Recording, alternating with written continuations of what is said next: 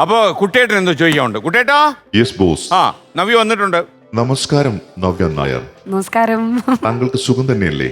എനിക്ക് സുഖം. കുട്ടേട്ടൻ ഇവിടെ തന്നെ നിപ്പാണോ കുട്ടേട്ടാ? കുറച്ചു കാലമായല്ലോ. നവ്യ, എനിക്കിവിടുന്ന് നടന്ന് ഒരു സ്ഥലത്തേക്കും പോകാൻ സാധിക്കില്ല. ഞാൻ ഇവിടെ തന്നെ തളയ്ക്കപ്പെട്ടിരിക്കുകയാണ്. അടുത്ത പ്രാവശ്യം തൊട്ടൊരു കസേര ഇട്ട് തരാൻ പറയൂ കുട്ടേട്ടാ. എനിക്ക് വളഞ്ഞിരിക്കാൻ സാധിക്കില്ല, കാരണം എന്റെ രൂപത്തിന് അത് ഒട്ടും അനുയോജ്യമല്ല. എനിക്ക് നിൽക്കുന്നതാണ് കൂടുതൽ ഇഷ്ടം. ആയിക്കോട്ടെ. നവ്യ നായരോട് എനിക്കൊരു കാര്യം ചോദിക്കാനുണ്ട്. താങ്കൾക്കൊരു തെറ്റിദ്ധാരണയുണ്ട്, ഡയറി മിൽക്ക് എന്ന മിഠായിയിൽ കൈവിഷം ഉണ്ട് എന്ന്. എന്താണ് അങ്ങനെ ഒരു തെറ്റിദ്ധാരണയ്ക്ക് പിന്നിൽ? ഡയറി മിൽക്കുകാര് കണ്ടാ വിചാരിക്കും ഞാൻ എന്തായി പറയുന്നത്. അതെ അതെ, അങ്ങനെ ഒരു സംഭവം ഉണ്ടായോ? ഈ ഡയറി മിൽക്ക് എന്നല്ല, നമ്മൾ സ്കൂളിൽ പഠിക്കുന്ന സമയത്തൊക്കെ അന്നൊക്കെ അങ്ങനെയാണല്ലോ. നമ്മൾ ഈ എന്താണ് ഗുഡ് ടച്ച് ബാഡ് ടച്ച് ഒന്നും അല്ലല്ലോ പഠിപ്പിക്കുക. ആരെന്ത് വന്നാലും മനസ്സ് കഴിക്കരുത്, പറയാനൊക്കത്തില്ല, അതിലൊക്കെ എന്ത് കൈവശം. ഈ ഇൻസ്ട്രക്ഷൻ ഒക്കെ വീട്ടിൽ തരുന്നാരാ? വീട്ടിൽ തരുന്നല്ല, മൊത്തത്തിൽ കേൾക്കുന്നതാണല്ലോ നമ്മളിങ്ങനെ ആരെന്ത് തന്നാലും വാങ്ങിക്കരുത് പറയും. പിന്നെ ഈ കൈവശ കഥകളൊക്കെ നമ്മളിപ്പോ ആരെങ്കിലും ഒളിച്ചോടി നാട്ടുംപുറം അല്ലേ, അപ്പൊ ഉടനെ പറയുന്നു നല്ലൊരു കൊച്ചായിരുന്നു, ഏതോണ്ട് കൈവശം കൊടുത്ത്. അന്ന് ഏജ് വെച്ചായിരുന്നു ഈ വാർത്തയൊക്കെ. 18 ഒളിച്ചോടി. നമ്മൾക്ക് തോന്നും 18 ഇതാ പണിയുന്നു. മനസ്സിലായി, ആ ഒരു കാലമാ. ശരിയാ. ഞാൻ സ്കൂളിലേക്ക് പോയിക്കൊണ്ടിരിക്കുന്ന സമയത്ത് ഒരു ചേട്ടൻ ഇങ്ങനെ എപ്പോഴും കുറച്ച് പുറകിലായിട്ട്, അന്നത്തെ പ്രേമം അതാണ്, കുറച്ച് പുറകിലായിട്ട് അല്ല, പുറകിൽ കൂടെ നടന്ന് ബസ് സ്റ്റോപ്പ് വരെ വരും.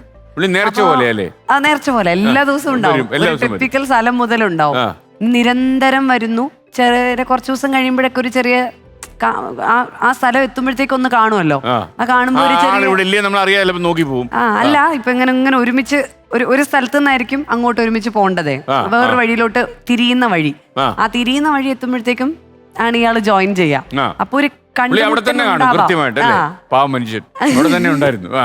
അപ്പൊ അങ്ങനെ നമ്മളെ ഒന്ന് കണ്ണ് കൊണ്ടൊന്ന് ജസ്റ്റ് ഒരു അപ്പൊ ഒരു പിന്നെ കുറച്ച് നാളായപ്പോഴത്തേക്ക് ഒരു ചെറിയ സ്മൈലായി. അങ്ങനെ നമ്മള് കണ്ടതൊന്ന് എക്നോളജ് ചെയ്തിട്ട് നടക്കുന്ന ഒരു അവസ്ഥയിലേക്ക് എത്തി.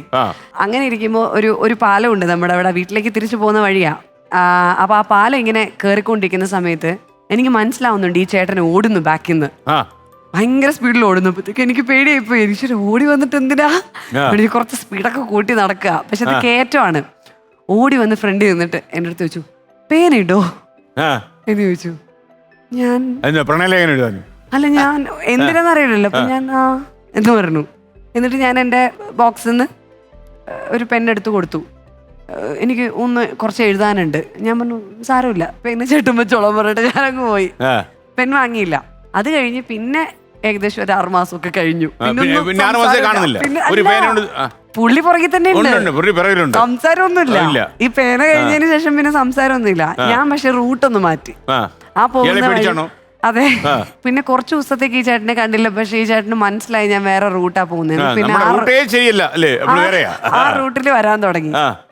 റൂട്ട് കണ്ടുപിടിച്ച് ആ റൂട്ടില് എല്ലാ വഴികളും എല്ലാവർക്കും ഇല്ലായിരിക്കും, കോളേജിൽ പഠിക്കുന്ന ചേട്ടൻ.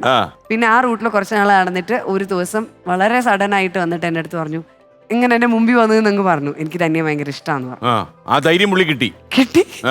എന്റെ എല്ലാ ധൈര്യവും പോയി. ഞാൻ അത് ഇപ്പൊ നമുക്ക് റീക്രിയേറ്റ് ചെയ്യാൻ അത് ഇനി ജീവിതത്തിൽ കിട്ടില്ല എന്ന് തോന്നുന്നു. വയറിന്റെ ഉള്ളീന്ന് ഒരു ആന്തൽ, ഒരു സാധനം. അല്ല, എനിക്ക് അതിന് മുന്നൊരു അനുഭവം ഉണ്ടായിട്ടുണ്ട്. ഞാൻ സ്കൂളിൽ നിന്ന് ഇങ്ങനെ വരുന്ന വഴിക്ക് കഴിഞ്ഞ പ്രാവശ്യം ഞാൻ ഇവിടെ വന്നപ്പോ സാറിനോട് പറഞ്ഞു, എനിക്ക് കുറെ താമരപ്പൂവൊക്കെ കിട്ടിയ കഥകളൊക്കെ പറഞ്ഞു.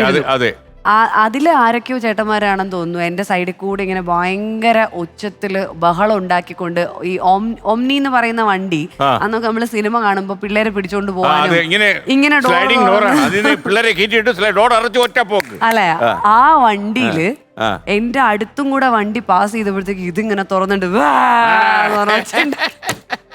ഞാൻ വരണ്ടു പോയി. വരണ്ടു പോയി എന്ന് പറഞ്ഞാ അപ്പൊ ഓടിയ ഞാൻ വീട്ടിൽ ചെന്നിട്ടാണ് ഓട്ടോ നിർത്തിയത്. അത്രയും പേടിച്ചു പോയി. അങ്ങനെ നിൽക്കുന്ന സാഹചര്യത്തിലാണ് എനിക്ക് തന്നെ ഭയങ്കര ഇഷ്ടാന്ന് പറഞ്ഞിട്ട് ഡയറി മിൽക്ക് ചേട്ടൻ തരുന്നത്. അല്ല, ഇഷ്ടത്തിന്റെ പിന്നാലെയാണോ ഈ ഡയറി മിൽക്ക് തന്നത്? അല്ലത്, അങ്ങനെ ഒരേപോലെ എനിക്ക് തന്നെ ഭയങ്കര ഇഷ്ടാന്ന് പറഞ്ഞിട്ട് വീട്ടില് ഞാൻ ഈ മുട്ടായി വാങ്ങി മിഠായി വാങ്ങിച്ചില്ല, ഒന്നും വാങ്ങിച്ചില്ല. ബാഗും തൂക്കി ഞാൻ ഓട്ടം. ഡയറി മിൽക്കിനോടൊന്നും എനിക്കിതില്ല. പക്ഷെ എന്താ പറയാ, ഇത് ഇപ്പൊ എനിക്ക് മനസ്സിലായി അങ്ങനെ ഒന്നും ഉണ്ടാവില്ല. പാക്ക് ചെയ്ത മിഠായിയിൽ എന്ത് അതിനകത്ത് പോയിസൺ ആണ് എന്തോ ധരിച്ചിരുന്നത് അല്ലേ? എന്ത് കൈവശം എന്ന് പറഞ്ഞ എന്തോ ഒരു സാധനം ഉണ്ട്. അതിന്റെ പ്രത്യേകത എന്താന്ന് പറഞ്ഞാ പിന്നെ നമ്മൾ അവര് പറയണ പോലെ ചെയ്യുന്നു. അതാണ് എന്റെ അന്നത്തെ വിശ്വാസം.